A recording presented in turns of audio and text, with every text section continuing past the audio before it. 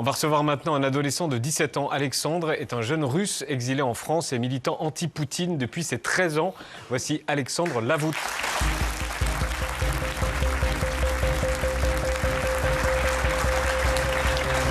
Bonsoir, bienvenue. Bonsoir Alexandre, bienvenue. Voici François Gémen, voici une partie de l'équipe et le public. Bienvenue sur le plateau de Quotidien. Vous avez 17 ans, vos proches vous appellent Sacha. Vous êtes arrivé en France en mai 2022. Vous ne parliez pas un mot de notre langue. Est-ce que vous pouvez nous dire comment vous êtes arrivé ici et quel a été votre parcours ? Oui, tout à fait. Je ne parlais pas du tout français. Et je m'inquiète un peu aujourd'hui parce que quand même c'est la première fois que je parle comme ça, à vous et à vous. Oui, j'étais militant en Russie. Je faisais d'activisme politique. Et après que la guerre a commencé, la guerre avec l'Ukraine, c'était clair que tout le monde qui n'est pas d'accord avec Poutine, qui n'est pas d'accord avec cette guerre, qui peut protester, qui peut manifester contre cela, ils doivent partir. Et moi, je voulais rester. Vous vouliez rester en Russie, vous vouliez devenir un héros en fait. C'était un projet, oui. Par exemple, là, c'est marqué quoi ? Ici, c'est marqué. C'est où d'ailleurs ? C'est vers l'administration du président russe à Moscou. Okay. Sur le pancarte, il est écrit La liberté à Danila Beglets. C'est un militant qui, même pas un militant, juste un figurant d'une affaire politique. Il était réprimé et voilà, moi j'étais ici à son soutien. Et de faire ça, ça provoque quoi ? Est-ce que ça vous met en danger de faire ça ? Moi, j'avais un avantage parce que j'étais mineur, et je suis mineur toujours, et donc c'était pas très facile d'emprisonner un mineur. Et en plus, j'avais quand même une public et j'avais des interviews, j'avais une protection de société, on peut dire. Mais avant la guerre même, il y avait le cas de Nikita Ovarov de 16 ans. Après la guerre a commencé, il y avait le cas qui est maintenant en prison, c'est Igor Balazeikin, qui a 17 ans. Ce sont les gens de mon âge qui sont en prison. Et c'était clair qu'en fait, l'âge, ce n'est plus un obstacle. Alors donc, la guerre en Ukraine commence, et vous nous avez dit que vous vouliez rester là-bas. Oui. Et pourquoi vous êtes ici ? En fait, parce que j'aime mes parents. Vos parents vous disent de partir ? Oui. Parce que pour moi, c'était très, très important de rester dans mon pays, de lutter pour ma liberté contre la guerre, contre les morts des Ukrainiens innocents. Mais c'était aussi clair que j'avais 16 ans, j'avais toute ma vie, et j'ai toute ma vie devant moi. Et je pense que je vais rendre un service beaucoup meilleur service si je vais continuer mes études en France. Et après, avec une qualification, j'aiderai. Et vos parents ne sont pas inquiétés à Moscou ? Ils ne sont pas à Moscou. Mais en Russie, ils ne sont pas inquiétés ? Et non plus en Russie. Ils ont déménagé. Malheureusement, ils ne pouvaient pas venir directement à Paris ou en France. Mais ils ne sont pas en danger, il n'y a pas de menace. Voilà. Comment vous êtes arrivé en France ? Quel a été le périple ? En fait, d'abord, je suis arrivé à Tbilissi, en Géorgie. C'était un point commun de tous les immigrés russes parce qu'on passe toujours par Tbilissi parce qu'on n'a pas besoin de visa pour y arriver. Et du coup, j'étais à Tbilissi, d'où j'ai demandé l'asile politique en France. Et en mai, j'ai reçu un visa laissez-passer avec lequel je suis arrivé ici. Et j'ai obtenu finalement mon asile politique après un an, même plus, d'attente, en août de cette année. Et comment vous parlez français aussi bien alors que vous êtes là depuis 1 an et demi à peine ?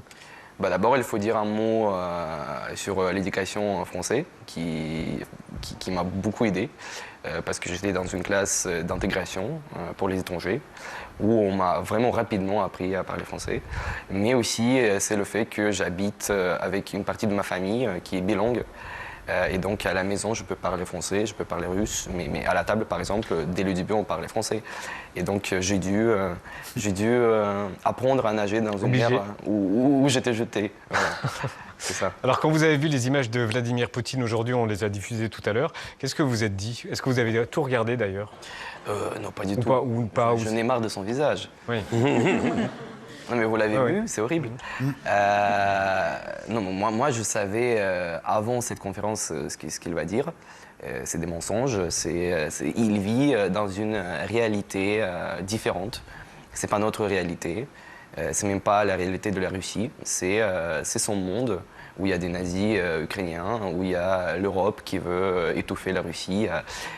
Il y a tout ça. Toutes ces réponses montrent qu'il est vraiment, il y a une rupture avec la réalité. Mais il est cru, son monde, en Russie? Est-ce qu'on le croit, son monde? Comment est-ce que vous expliquez sa popularité? Parce qu'on a l'impression, vu de France, que le seul élément qui peut changer... Vous ne pouvez pas dire ça, il n'y a pas d'opinion publique en Russie. C'est un pays, il n'y a pas de débat, il n'y a pas d'opinion publique. J'ai tellement entendu souvent cet argument, il y a 75% de popularité dans les sondages, ça n'existe pas. Écoutez, il n'y a pas d'opinion publique. Ce que je veux dire, Jean-Michel Apathy, c'est qu'on a l'impression que ce qui pourrait changer le cours des choses, ça serait un retournement de l'opinion en Russie sur la question de la guerre, et on n'a pas l'impression que ça se produit. D'abord, je veux dire qu'on ne sait pas ce que les Russes pensent de la guerre. Vous êtes une démocratie. De la guerre. De la guerre. Et de Poutine.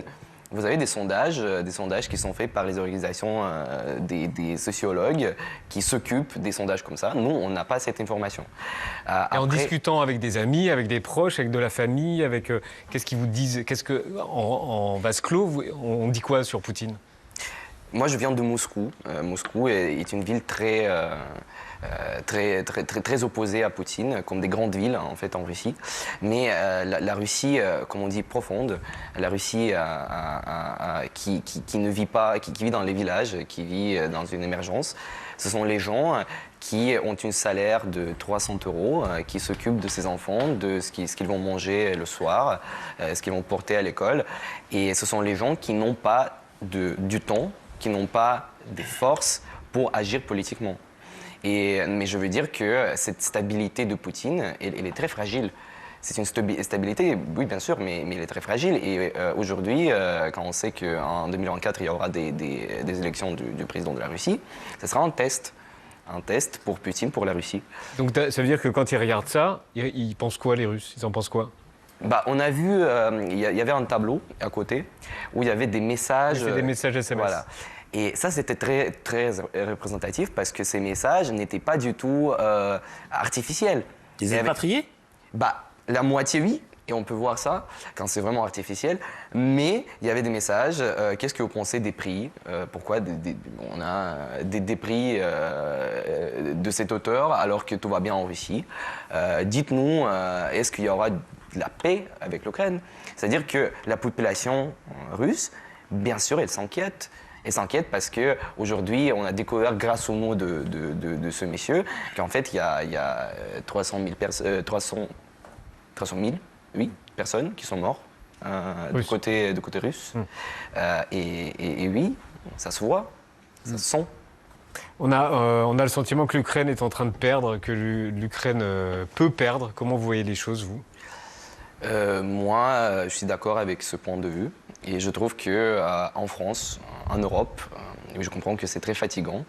Il y a beaucoup de problèmes. Il y a le changement climatique, il y a le conflit entre l'Israël et la Palestine. Il y a beaucoup de guerres. Mais le problème, c'est que je voudrais juste rappeler que c'est une guerre qui se passe maintenant en Europe, à côté de la France, à côté de tous ces pays. Aujourd'hui, il y a un drone russe qui a passé dans l'espace aérien de la Roumanie. Donc la Russie est une menace, pas seulement pour l'Ukraine, c'est une menace pour toute l'Europe. Et oui, l'Ukraine, sans l'aide des alliés occidentaux, elle va perdre, et maintenant elle perd. Et la Russie, elle, accélère les processus de changement économique vers l'économie de guerre, ce qui fait qu'en fait, elle va commencer à gagner. La Cour suprême russe vient de bannir le mouvement LGBT pour extrémisme. Qu'est-ce que ça signifie pour les homosexuels qui vivent en Russie? D'abord, ça signifie qu'ils sont des criminels qui peuvent être emprisonnés pour 10 ans de prison. Ce qui est, j'ai pas de mots, 10 ans pour une orientation sexuelle, 10 ans pour l'amour. C'est n'importe quoi et ce sont des milliers de personnes, voire des dizaines de milliers, qui sont maintenant enfermés en Russie. et qui ne savent pas du tout où aller. Et je trouve qu'il faut que l'Europe, il faut que les pays qui étaient toujours des pays qui accusaient